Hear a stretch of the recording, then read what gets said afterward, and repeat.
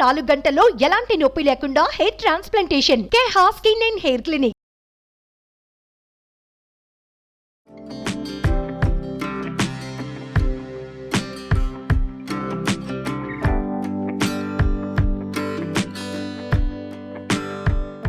Welcome to Suman TV.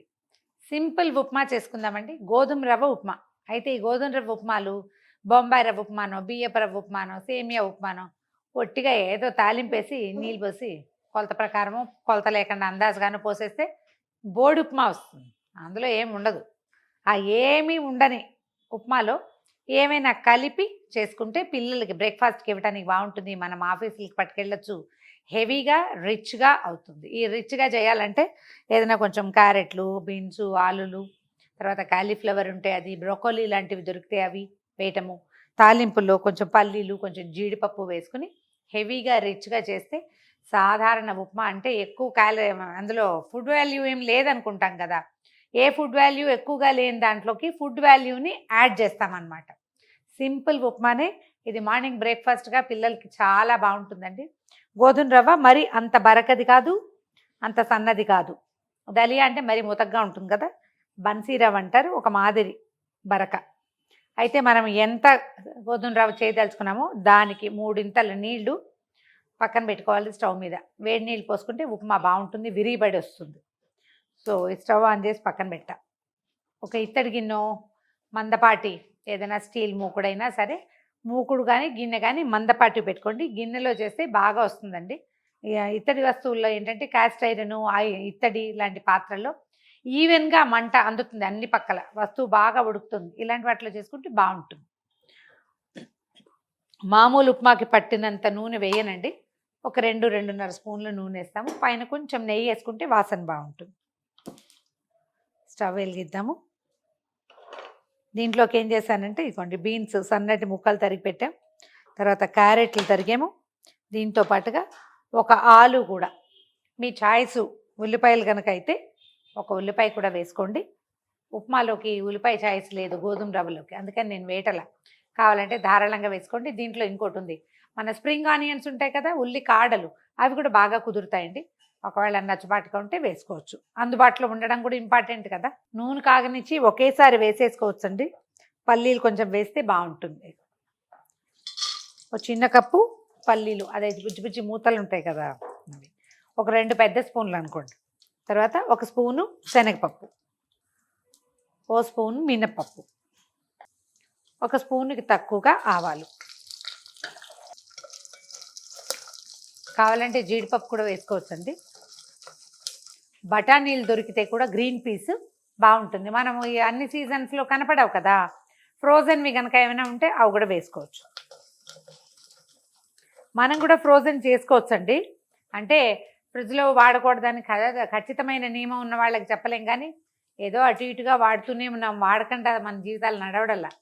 ఇది green peas బాగా వచ్చే రోజుల్లో కొన్ని శుభ్రంగా మొత్తం ఒలిచేసి ఒక ప్లాస్టిక్ డబ్బాకి కానీ జిప్లాక్ కానీ వేసేసి ఫ్రీజర్లో పెట్టేస్తే తీయకుండా అలా వాడేసుకోవచ్చు. పోపు దినుసులు వేగిపోయినాయండి.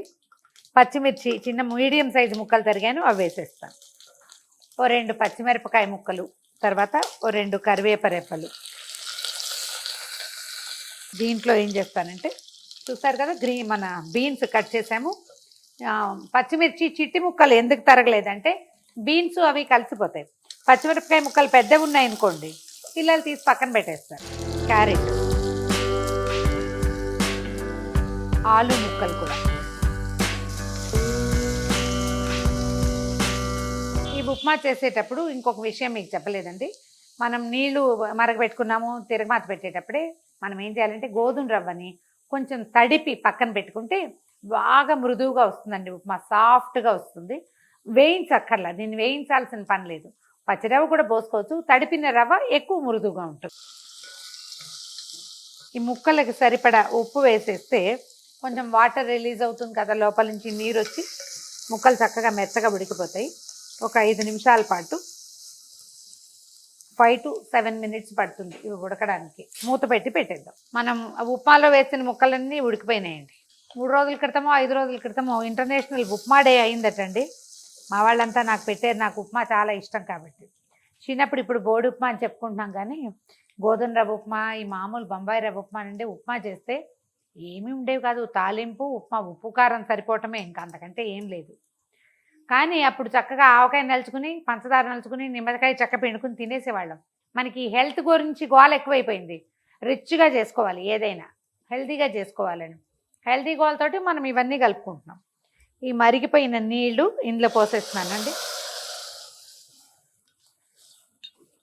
నీళ్ళు ఆల్రెడీ మంచి వేడిగా ఉన్నాయి.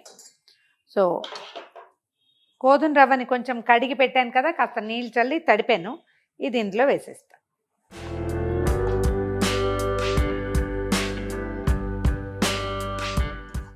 మనం ఈ గోధుమ రవ్వతో కిచిడీ చేసుకుంటాం కదా, అందులో కూడా కొంచెం దీన్ని తడిపేసి వేసుకుంటే చాలా బాగా వస్తుందండి. హల్వాకి, తర్వాత ఏమో గోధుమ పాయసం చేస్తాం, దసరాల్లో చేసుకుంటూ ఉంటాం రకరకాల పాయసాలు. అప్పుడు కూడా ఈ గోధుమ రవ్వ కడిగింది నాని ఎక్కువ మృదువుగా వస్తుంది. ఇందాక మనం ముక్కల్లోకి సరిపడా వేసాము, ఇప్పుడు ఉప్మాకి సరిపడా ఉప్పు వేసేద్దాము. సగం ఉడికిపోయిందండి. వేడి నీళ్ళలో పడేసరికి మూత పెట్టి ఉప్మాని ఉడకనిద్దాం. ఎంత మటుకు వచ్చిందో చూద్దామండి. చూడండి ఎంత బాగా ఉడికిందో, సాఫ్ట్గా కనిపిస్తుంది. మీకు ఒకవేళ పొడిగా ఇట్లా ముట్టుకుంటే అట్లా రవ్వగా రాలిపోవాలంటే 2 బావు అలా పోసుకుంటే సరిపోతుందండి. బట్ గోధుమ రవ్వకి ఏంటంటే ఆ రవ్వగా రాలే దాంట్లో ఎక్కడైనా పచ్చిండిపోతుందని ఒక అనుమానంగా ఉంటుందండి. ఇది కూడా చల్లారాక కొంచెం పొడి బారుతుంది. నీళ్లు తగ్గించి పోసుకుంటే సరిపోతుంది. నేను 1కి 4 కూడా చేస్తాను రాత్రిపూట చేసేటప్పుడు. బ్రహ్మాండంగా వచ్చింది. దీంట్లో ఇప్పుడే మనం ఏం చేద్దామంటే 1 స్పూను నెయ్యి, తర్వాత ఒక చిన్న కట్ట కొత్తిమీర వేసి దింపేసుకోవచ్చు. చిన్న కుతకుతుంది, ఒక్క ½ మినిట్ వదిలేస్తే సరిపోతుంది. కొంచెం కొత్తిమీర వేసుకుందాము, వేడి దాంట్లోనే వేసేద్దాం. తర్వాత 1 స్పూను నెయ్యి, ఒకసారి పైకి కిందకి కదిపేయటం, ఇంకా వడ్డించేసుకోవటమే.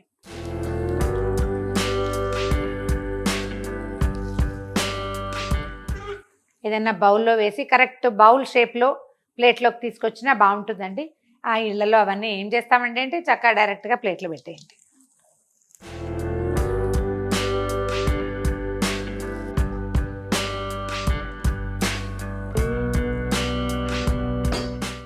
ఘుమఘుమలాడే గోధుమ రవ్వ ఉప్మా, దీన్ని వెజ్జీ ఉప్మా అని కూడా చెప్పుకోవచ్చండి. నేను నిమ్మకాయ లేనిదే నాకు ఏ ఉప్మా కుదరదండి. ఎక్కువ రుచిగా ఉంటుంది నిమ్మరసం వేస్తుంది.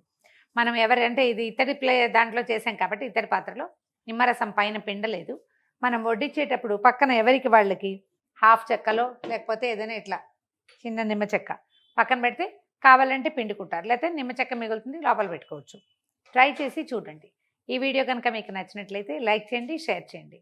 మరిన్ని ఇంట్రెస్టింగ్ వీడియోల కోసం సుమన్ టీవీకి సబ్స్క్రైబ్ చేసుకోండి.